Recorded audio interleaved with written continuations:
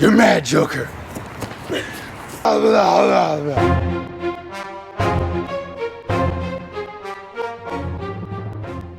Alright, up next is Catwoman.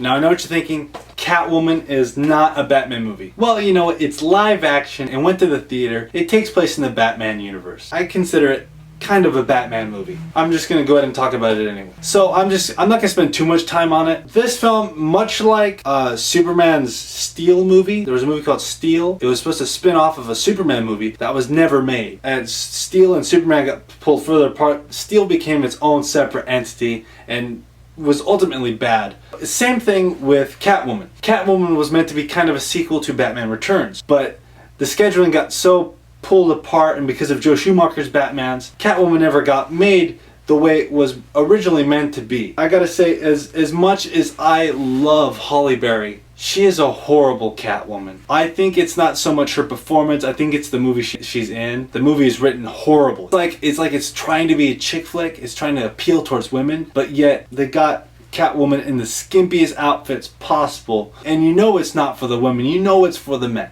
I like that aspect of the movie, actually. The plot is just stupid. The bad guys are trying to take over the world with makeup that makes your face melt. Oh no! From the very start of this movie, you can already tell it's kind of gonna be bad. It's got that soap opera kind of acting in it. Halle Berry is decent. I think this film did not compliment her talent. I think she was in a B-grade movie and she's an A-list actor. It's not an enjoyable film, for me anyway. I will never watch it again, but when I watched it, the only thing that kept me watching it was like, man, this is horrible. I was laughing at the movie the whole time. I give this film 1 star. After several attempts to reboot the Batman series, it finally got rebooted in 2005 with Christopher Nolan's Batman Begins. Now, Batman Begins, some people say it's overrated. Actually, I didn't even know it was in theaters until after it was on DVD. I didn't even know. I just saw in a paper that that it got good reviews, and I was like, wait a second, that movie's already out? Christopher Nolan is trying to base Batman realistically, and Batman is not realistic at all. I mean, you know, he dresses up like a bat and he fights bad guys. I mean, there's really, it's hard to turn that into, it's hard to make that realistic. The movie is not realistic at all. I mean, he drives a freaking tank. If Batman was a real guy, he would not drive a tank. It cracks me up how he's so devoted to not killing people, but yet he's running over cop cars with people inside of them. I think it's poorly written in some areas, but it is an enjoyable film. I actually do like this movie a lot. I recommend seeing it. It's a new take on Batman. To me, not the very best take on it, but an interesting one. I gotta say, Christian Bale's Batman, he's a decent Bruce Wayne, but as Batman, I think he fails in this movie. There's a scene in the movie where he grabs a cop and yells, "Where were the other drugs going?" And I swear all he said was, and I went, what? It wasn't until like the second time I saw the movie that I realized that Batman was actually saying words. The movie, it's a good movie, good action scenes.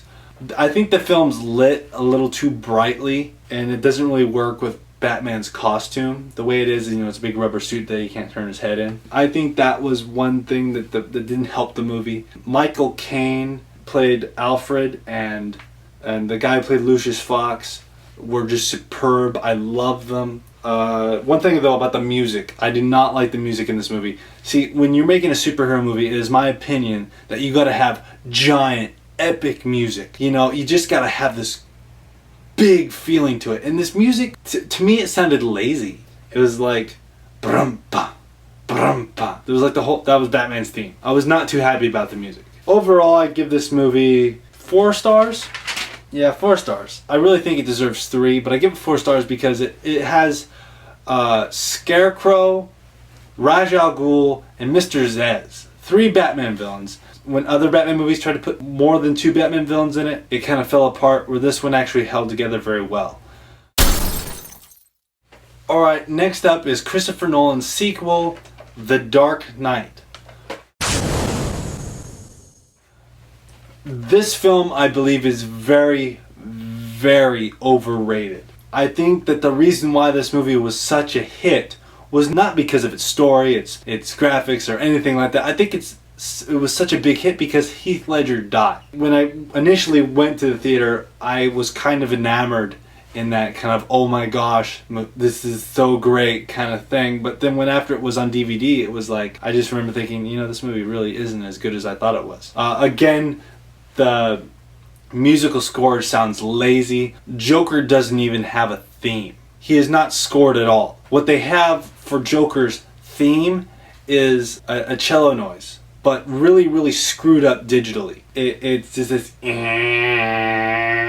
It's not even a theme. It's just a noise. And I was very upset about that. Although the Joker did look cool, I did not like that he wore face paint. I thought, you know, that was another thing that made the film just a little too out of my likeness. I don't know how to put it. I think the movie, I think it could have been better. I don't think it's that unrealistic that a person could have their skin bleached white and their hair stained green, because, you know, there's a chemical that if you drink it, it turns your skin permanently blue. And no, I did not get that from a movie. I got that from Oprah. I think it's very overrated. One thing though, people pick on Christian Bale's performance as Batman, so they're saying they can't understand him. I could actually understand him in this one. I couldn't understand him in Batman Begins, but I could actually understand him in The Dark Knight. I did not like the girl they chose to replace his love interest. Well, I think it's funny that it's actually Spider-Man's sister. I thought that was kind of like a little funny joke behind the scenes. I did not like her performance at all. It was bad. I just can't put my finger on it. The guy who played Two-Face, decent job. I liked it. I want Billy D to play Two-Face. I mean, it's a decent movie, great effects. Again, you know, Christopher Nolan's tried to create this realistic Batman, but yet all this unrealistic stuff is going on. Why does Batman drive in a tank? Why is Joker just getting away with everything? They're trying to get away with, like, oh, it's all part of the plan. But, you know, there's huge plot holes with that. I mean, you can't just say it's all part of the plan and all like, oh, okay, that stuff that doesn't really make sense, we'll just ignore that because it's all part of the plan. I think that line was just used to hide their lack of story. I think it's a good movie. I do like it. I just watched it again and I thought it was great. But the thing is, it's not the best Batman movie, and I'm getting a little tired of hearing about it. It's just like, do you like Batman? Oh yeah, The Dark Knight's great. And I was just like, well, what do you think of Tim Burton's? Oh, I've never seen it. I don't know. I just think the film was a little overrated. That's just my opinion. You know, please don't, you know, spam me because I'm not a huge geek out fan about the new Batman movies. It does have its good points. I do like it. It's watchable. More so than Batman Forever.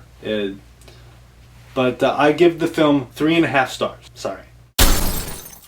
They've released some new pictures for the new film coming out, The Dark Knight Rises.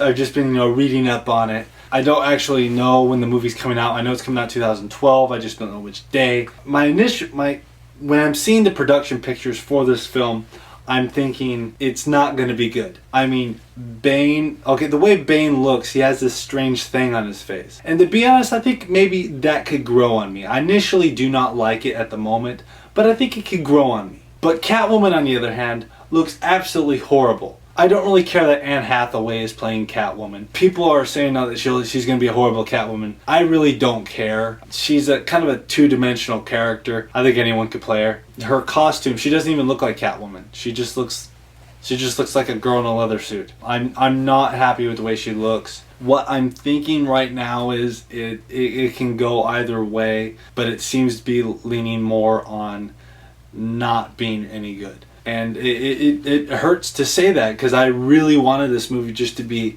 you know, great and just big and huge. But from what I've seen so far, it just doesn't look that good. One thing though about the little crappy trailer they showed that only shows 2 shots that actually are new footage, it showed Bane in the Batcave, which I thought, oh my gosh, might be interesting. I'm looking forward to it. I will see it in theaters, and whenever it comes out, I will do a review on it. And if you're watching this and the movie's already come out, I'll put a link so you can see it. Alright, let's review. Classic. Classic. Campy. Amazing. Awesome. Meh. Crap. Good. Okay.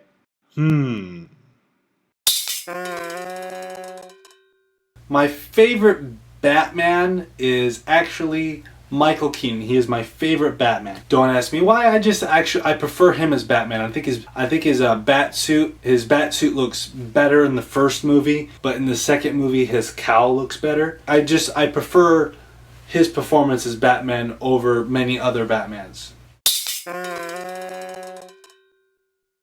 My favorite Bruce Wayne happens to be Val Kilmer. I know Batman Forever wasn't really that good of a movie, but I really liked Val Kilmer's portrayal. He was a very dark, brooding character. I liked his performance. Much better than most other Bruce Waynes. My favorite Joker has to be Mark Hamill. But the thing is, Mark Hamill was only live action in Birds of Prey, and his voice was dubbed over a different actor. Besides that, I gotta say, Jack Nicholson is by far the best Joker. I did not really much care for Heath Ledger's performance. I thought it was too simple. Jack Nicholson is just flat out scary.